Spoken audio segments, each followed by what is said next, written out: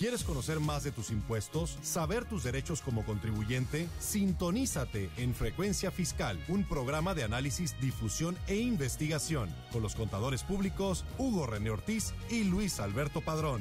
¿Eres emprendedor, estudiante o empresario? Frecuencia Fiscal es para ti. Te invitamos a que seas parte de esta nueva cultura en los impuestos. Comenzamos.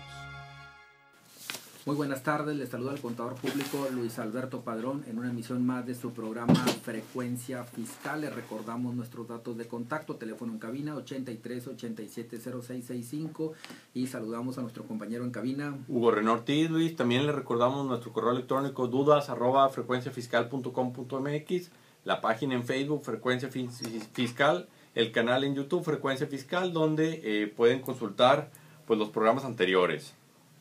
Y bueno, Luis, pues estamos este mes de julio que se ha caracterizado por una serie de cambios en materia fiscal y cambios en paradigmas, ¿no? Que este tema de la contabilidad electrónica parece que pues cada vez implica una mayor información para la autoridad, un mayor trabajo para el contribuyente, una mayor transparencia en la forma en que las empresas operan, pero que el problema es que no estamos preparados desde el punto de vista organizacional, administrativo, tecnológico, ¿no? Entonces son grandes retos. Ciertamente, Hugo. Bueno, pues estamos en su programa Frecuencia Fiscal y estamos abordando el tema de la contabilidad electrónica, un parteaguas, una nueva era, es decir, donde entramos a la era tecnológica, donde nuestras autoridades hacendarias nos solicitan a nosotros como gobernados, como contribuyentes, el entregar nuestra contabilidad en un formato digital. Entonces, dentro de estos nuevos parteaguas, bueno, pues estuvo en días pasados aquí en Monterrey el señor Ernesto Luna Vargas, quien es el administrador general de Auditoría Fiscal Federal del SAT, y también estuvo por allí en una ponencia Carlos Sandoval, quien es el administrador de fiscalización estratégica del SAT. Y bueno, Hugo, pareciera que esta charla o esta plática iba a arrojar luz sobre este contenido, sobre todo el torrente de dudas que han surgido, y bueno, pues pareciera que surgieron nuevos cuestionamientos, ¿no? Así es, sí.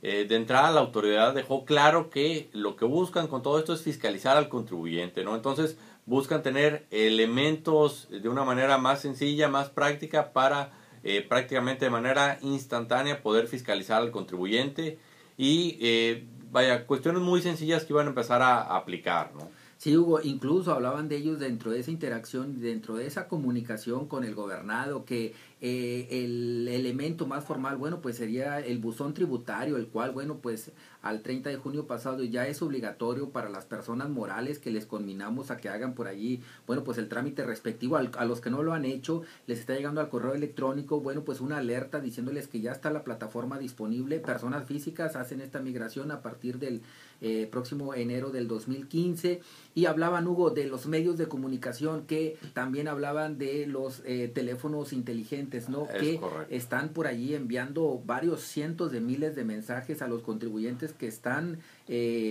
pues desactualizados en sus cumplimientos de obligaciones fiscales.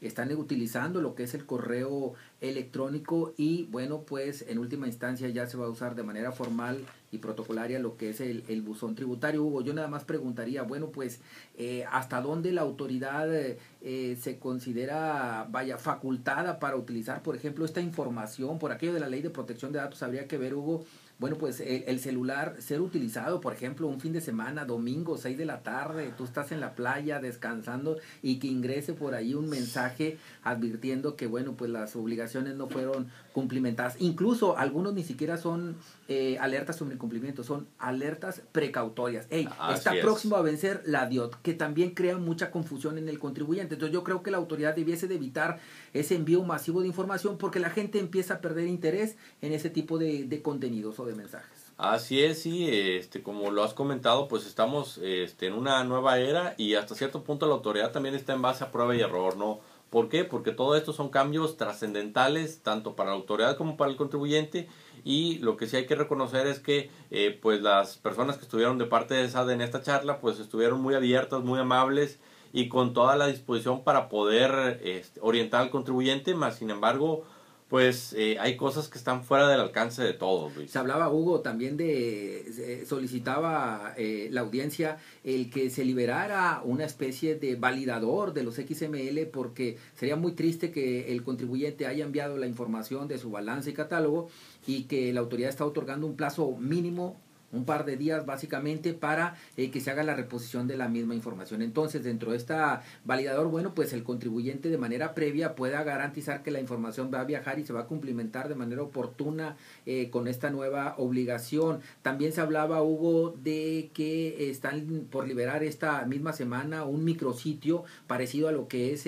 antilavado, parecido a lo que es régimen de incorporación, en donde, bueno, pues se va a concentrar toda la información de preguntas y respuestas, alguna especie de algo de todo simulador. lo que han recabado a lo largo de todas estas fechas, de todas estas interacciones con contribuyentes, con autoridades, con cámaras, han salido una serie de puntos de mejora, de áreas de oportunidad, en las cuales a través de ese micrositio pues ya van a plasmar una postura oficial, y también por ahí va a ser el medio para cualquier otra cuestión nueva que surja, a través de ese medio poder distribuirla y darla a conocer. Fíjate, Hugo, y no está de más dentro de todo este contexto de lo que son la facturación electrónica, bueno, pues recordar que por dispositivo jurídico, bueno, pues las mismas autoridades estatales, federales y municipales que estén cobrando al gobernado contribuciones en su ámbito amplio y en su ámbito detallado, como pudiera ser impuestos, recargos,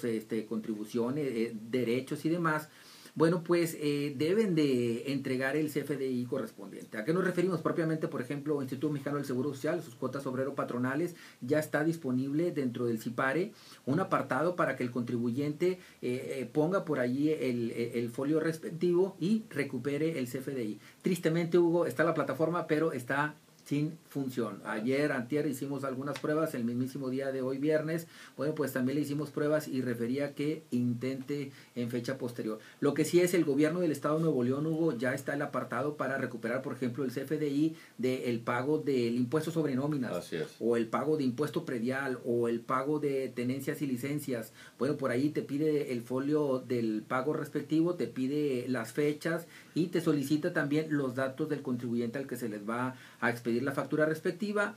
Haces clic y te dice que en un término de 72 horas, bueno, pues tendrás en tu correo electrónico el CFDI correspondiente. O sea, Luis, prácticamente nos estás diciendo que pues para todo va a existir un CFDI, o sea, Ciertamente, ya no te escapas. Prácticamente ya el 100% de tus erogaciones deducibles deberán estar amparadas con un CFDI. Una misma operación de compraventa, Hugo, generada ante notario público, dices, bueno, pues va, está protocolizado, pero esto no es suficiente. Se deberá generar el CFDI. Ahora, en el caso de todas las contribuciones, también propiamente, Hugo, yo me atrevería a afirmar que la misma Secretaría de Hacienda y su brazo fiscalizador, el SAT, debiese de otorgar el CFDI correspondiente. Pues sí. Por ejemplo, cuando estás pagando las contribuciones de manera extemporánea, que hay un recargo y este es deducible, bueno, pues tocarle la puerta al SAT y decir, oye, ¿y dónde está mi CFDI de esta contribución? Así es. Entonces, si se dan cuenta, prácticamente para todo se va a requerir el CFDI, y el CFDI va a ser la huella digital de todas y cada una de las operaciones que realices. Por eso es importante lo que comentas tú del buzón tributario, porque pues ese va a ser el medio de comunicación, y si digitalmente por ahí estás dejando huella de todas tus operaciones y hay algo que al SAT le va a llamar la atención a través del buzón, es cómo te va a tocar la puerta. Y nada más precisando de esto, la obligación de las dependencias públicas, bueno, pues esta obligación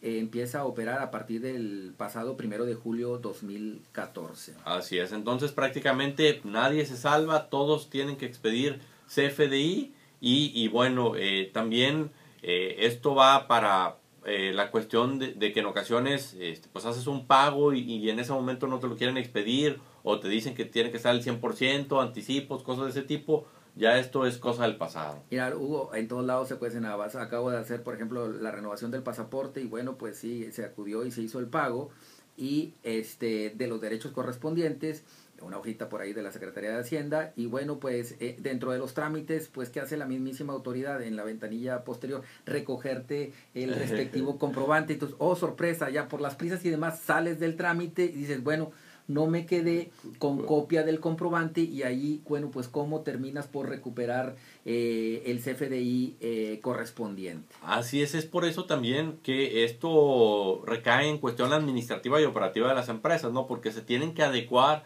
a operar y trabajar a través de los CFDI, ¿no? Que va a ser el medio a través del cual, como tú bien lo comentabas, pues puede soportar una deducción autorizada y al final del día llevas el registro de las operaciones de la empresa. Ahora, Hugo, ese es un sentido ideal, pero tú como contador y yo también en nuestro ámbito profesional y nuestra interacción con las empresas y demás, ¿cuál es la realidad? Es decir, si bien las empresas, los proveedores de bienes y servicios exhiben el CFDI, pero muchas de las veces lo que entregan es el papel. ¿Cómo resolver el tema de que tengamos en nuestro poder el CFDI del proveedor correspondiente? No hay instituciones formales, incluso la banca misma, Hugo, el sector financiero, sí, difícilmente le haces entender que te entregue el XML correspondiente plasmado, por ejemplo, en un estado de cuenta, plasmado en un estado de cuenta de una tarjeta de crédito, de débito, de un sistema de financiamiento de préstamos.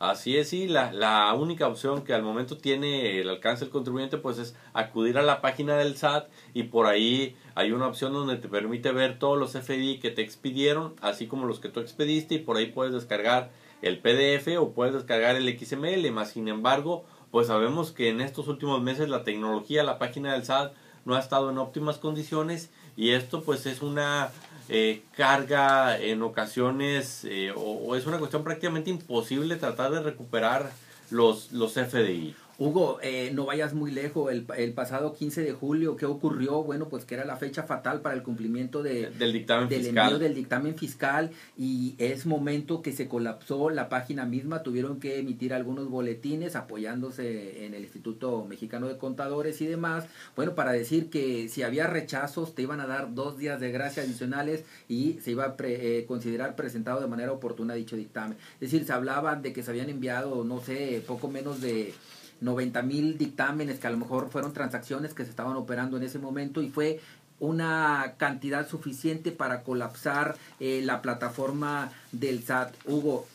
Y bueno, Luis, esto que mencionas sería nada más una muestra del número de operaciones que esperaría el SAT con todo esto, ¿no? Simplemente con la cuestión del envío del catálogo de cuentas, del envío de la balanza de comprobación, pues, y multiplícalo. ¿Cuántas empresas hay? ¿Cuántas personas morales? 1,600,000 personas morales, Hugo. O sea, imagínate, 1,600,000 operaciones y a lo mejor va a ser el doble, ¿no? Porque 14 millones de personas físicas que se incorporarían a partir del próximo año. Es decir, entonces, estás hablando de prácticamente 16 millones de contribuyentes, que eso agrégale las DIOTs. Agrégale los FDIs que se están timbrando y que está recepcionando la autoridad correspondiente. Agrégale un mes de abril que es fecha de declaraciones anuales. Agrégale el buzón tributario que el contribuyente va a estar navegando para hacer aclaraciones o descargando información. Con aquello de que prácticamente a diario tienes que entrar al buzón tributario,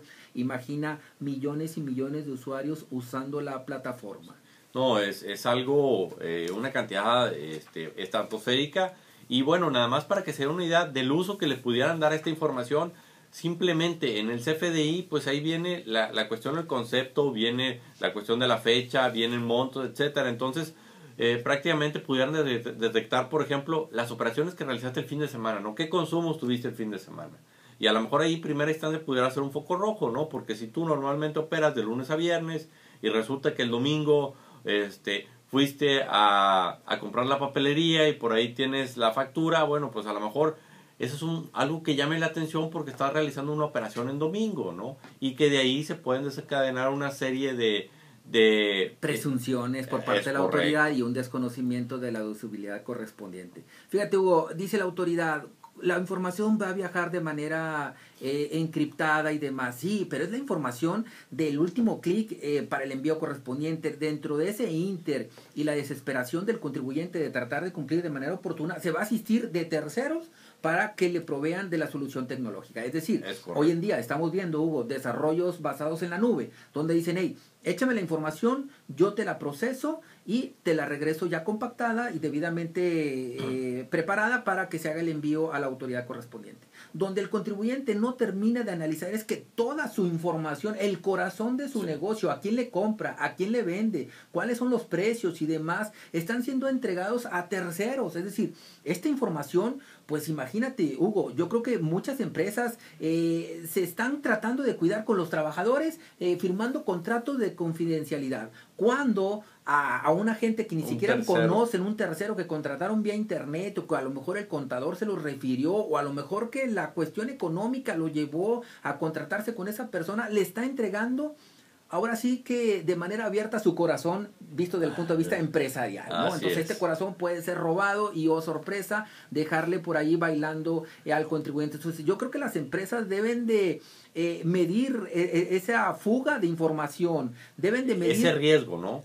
O sea, porque la autoridad también está operando a través de modelos de riesgo. Entonces hay un riesgo para la autoridad, un riesgo para el contribuyente, y hay cuestiones muy sencillas que no están claras. Que, por ejemplo, una cuestión, tú mandas tu información, el catálogo, la balanza, y por ahí te dan un folio, ¿no? Y luego la autoridad posteriormente en base a eso te va a fiscalizar y pudiera ser que te determine algunos montos, mas sin embargo no vas a tener la garantía de que la autoridad esté utilizando la misma información, porque incluso en el camino pudiera ser que se haya distorsionado, que se haya manipulado y que la información pues quede en tu contra, ¿no? Entonces, ¿cómo validas que lo que tú enviaste sea lo que se recibió? Ciertamente, Hugo, en la pasada charla con las autoridades hacendarias, bueno, pues se les cuestionaba fehacientemente acerca de esto que tú refieres, Hugo, de qué estaba pasando. Se les cuestionaba sobre la nueva incorporación al Código Fiscal de la Federación respecto de ese apartado denominado revisión electrónica.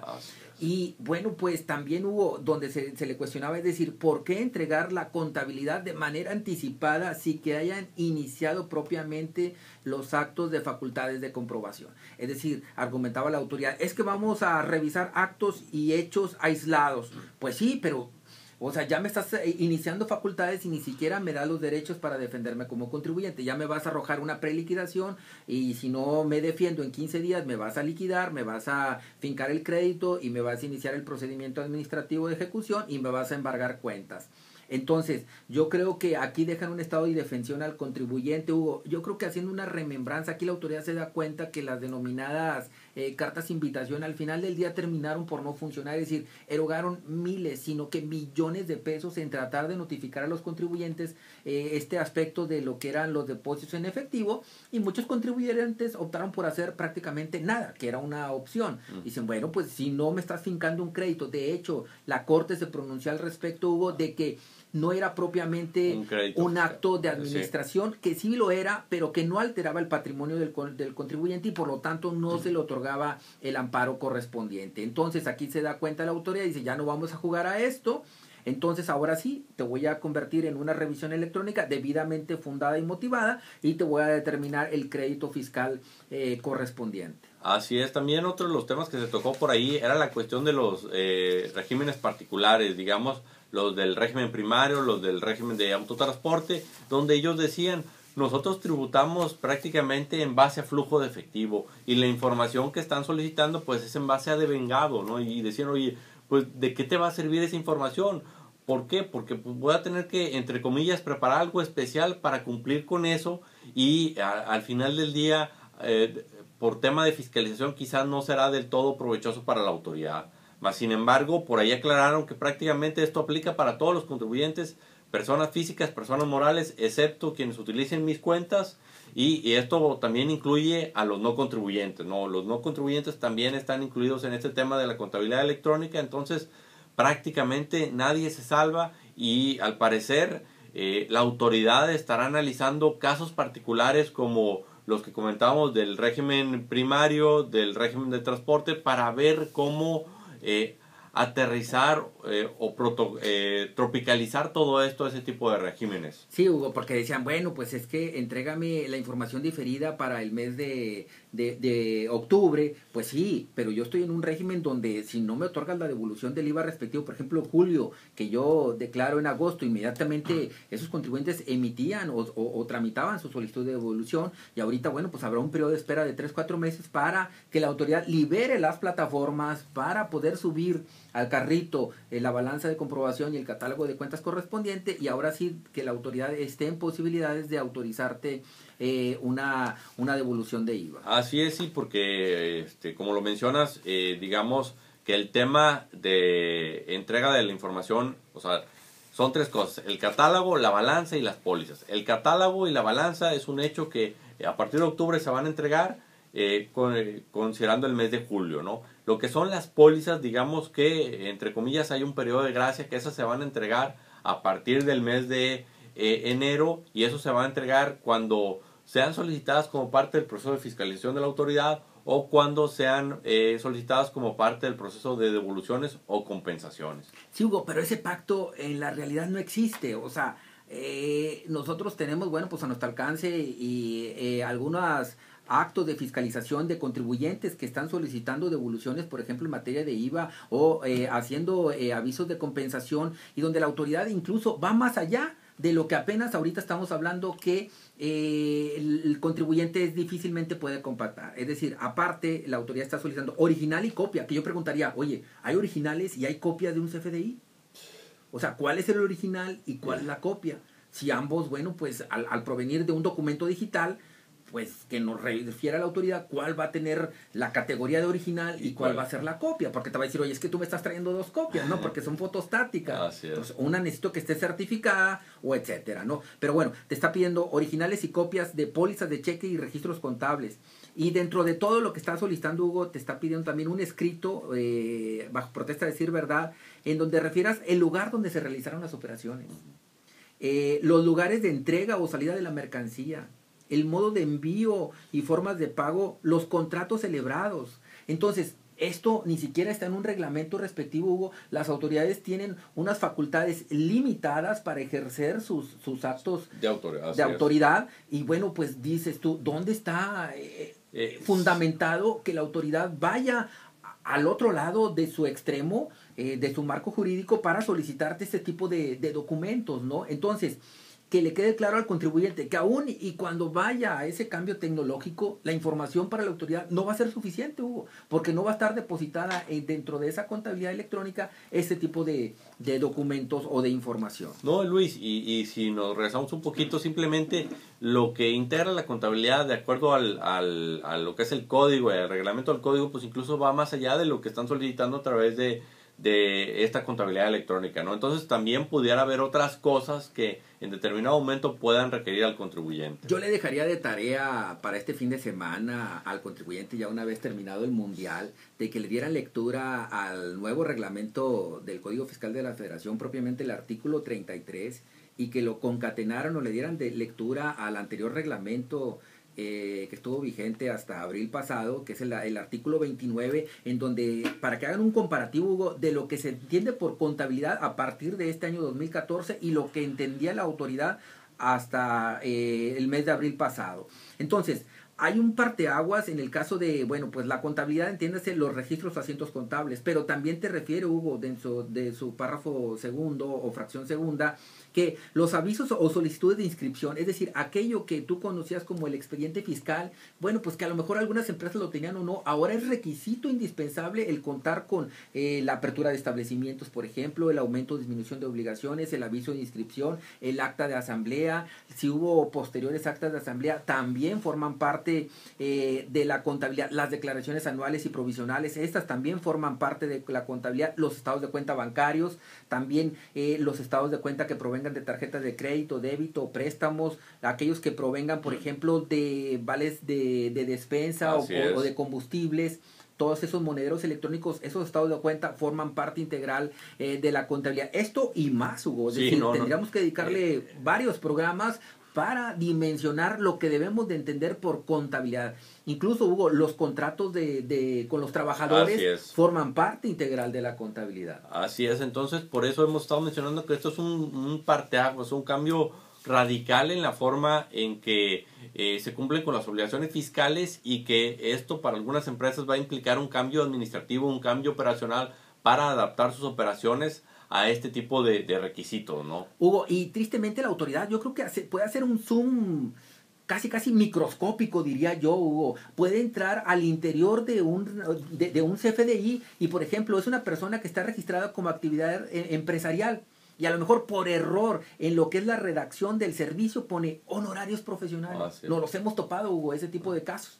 ¿Por qué? Porque el contribuyente a lo mejor pues está prestando ese servicio, pero ahí ya se chocan el concepto y la actividad con la cual el contribuyente pueda facturar. Entonces ahí la autoridad podrá tener elementos para decir, oye, contribuyente, tú que eres persona moral, recibiste ese servicio de esa persona física, la cual afirma que son honorarios profesionales, y así está plasmado, pues omitiste por allí la retención del ISR y del IVA correspondiente. Entonces hay que hacerle zoom también a los conceptos por los cuales se están prestando los servicios, porque la autoridad es lo que va a entrar también a cuestionar. Así es, como tú lo comentas, los pequeños detalles van a empezar a hacer la diferencia, y más que todo porque el SAT con todo esto va a estar en todos lados, donde te lo imagines, a través de los pagos que haces, a través de los pagos que recibes, a través de con quienes interactúas. Entonces hay que tener mucho cuidado en cuanto hay que ser organizado, hay que tener un control de lo que se hace, cómo se hace, y en este caso pues confiar en tu contador, ¿no? Hay que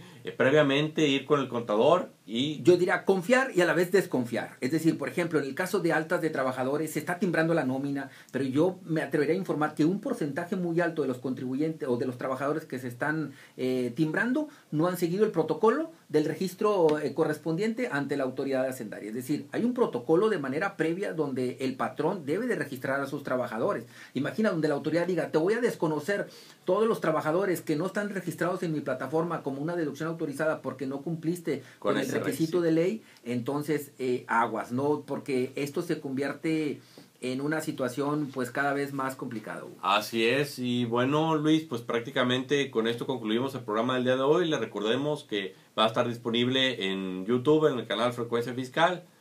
Nos despedimos. El contador público Luis Alberto Padrón. Hugo René Ortiz. Que tengan un excelente inicio de fin de semana. Hasta la próxima. Esto fue Frecuencia Fiscal.